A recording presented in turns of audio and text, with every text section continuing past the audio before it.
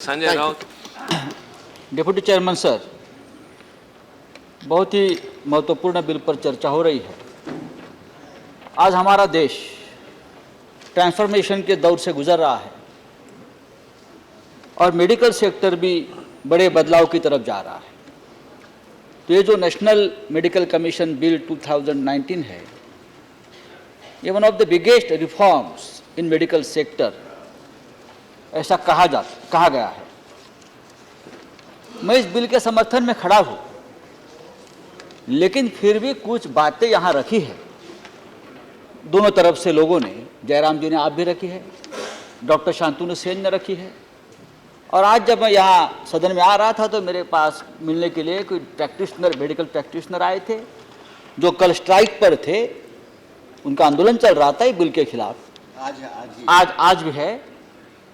तो कुछ बातें मुझे बताई तो मैंने कहा कि हम तो बिल को समर्थन करेंगे, लेकिन आपकी जो बात है मैं जरूर सदन में रखूंगा, सरकार के सामने रखूंगा, और अगर सरकार को ये आपके बातों में कुछ लगता है तो जरूर बदलाव करेंगे।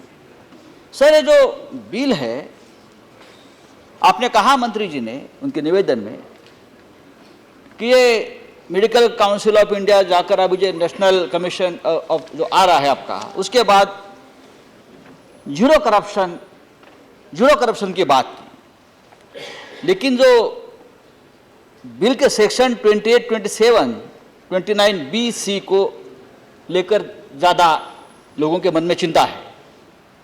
मेडिकल एक्सपर्ट्स उससे खुश नहीं है, इसलिए कि जो अनलिमिटेड और अनकंट्रोल पावर जो दी है काउंसिल को, मुझे लगता है किसी के हाथ में इतनी अनकंट्रोल पावर हो तो जरूर गड़बड़ की संभावना होती है, जो पहले भी हुई है।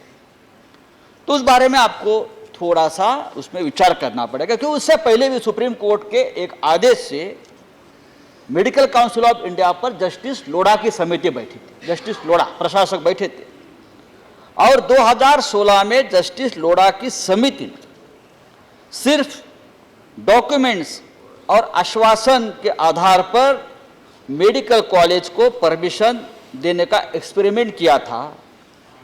उस समय 34 मेडिकल कॉलेज को परमिशन दिया था, उनकी जो वेबसाइट है, उनके डॉक्यूमेंट्स है, उनके जानकारी के आधार पर। बाद में 34 में से 32 कॉलेज को इंफ्रास्ट्रक्चर की भयंकर कमी की वजह से बंद करना पड़ा। उससे 7,000 जो स्टूडेंट थे वो फंस गए। मुझे लगता है जो नया बिल जो आप लाए हैं उसमें ये प्रोविजन है, तो फिर ये कहानी, ये ट्रेजेडी क्या फिर रिपीट नहीं हो सकती, ये मुझे डर है। दूसरी बात, जो एग्जाम की बात आपने की, इस बिल के पास होने पर अब MBBS के बाद प्रैक्टिस के लिए एग्जिट एग्जाम की टेस्ट देनी पड़ेगी। अभी नेशनल एग्जिट टेस्ट जो है वो सिर्फ फॉरेन स्टूडेंट देते हैं। अभी स्टूडेंट कंफ्यूज है कि सेक्शन 15A के प्रोविजन के अनुसार क्या हमें या एक या दो परीक्षा के लिए अपेयर होना जरूरी है? क्या MBBS फाइनल और नेक्स्ट परीक्षा अलग अलग आयोजित की जाएगी? यदि यह उत्तर ना है तो MBBS डिग्री सर्टिफिकेट कौन देगा?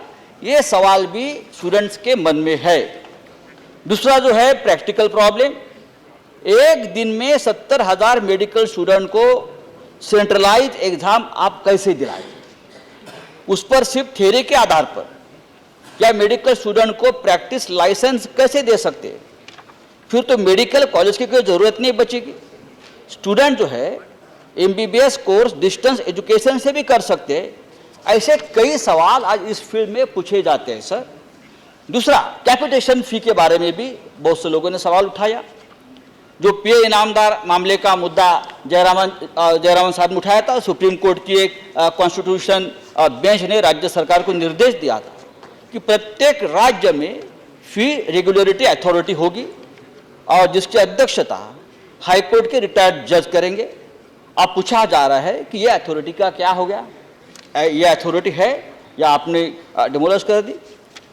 उसके बाद है सेक्शन 10(1)(I) के अनुसार कमीशन प्राइवेट मेडिकल कॉलेज और डीम्ड यूनिवर्सिटीज में 50% सीट्स की फी तय करने के लिए गाइडलाइन तैयार करेगी।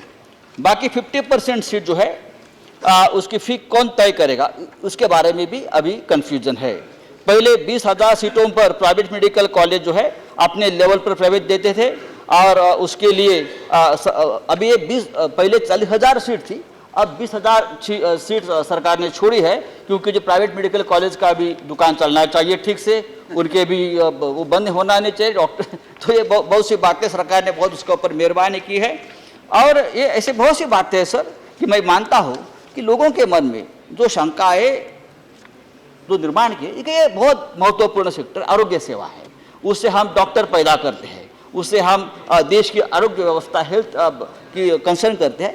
तो जो भी बात, जो भी शंकाएँ, जो भी डाउट्स हमारे मन में है, सामने भी उस तरह की कोई बातें उठी है, तो उस बारे में गंभीरता से विचार करना चाहिए। बिल बहुत ही अच्छा है, बिल बहुत ही महत्वपूर्ण है। फिर भी जो सेक्शन है, जो सेक्टर है, वो मेडिकल के संबंधित है। इसलिए मैं चाहता हूं कि फिर एक बार आप जो मुद्दे उठे हैं उस बारे में विचार करें। मैं आपके बिल का समर्थन करता हूं। Thank you mister Sanjay Raut.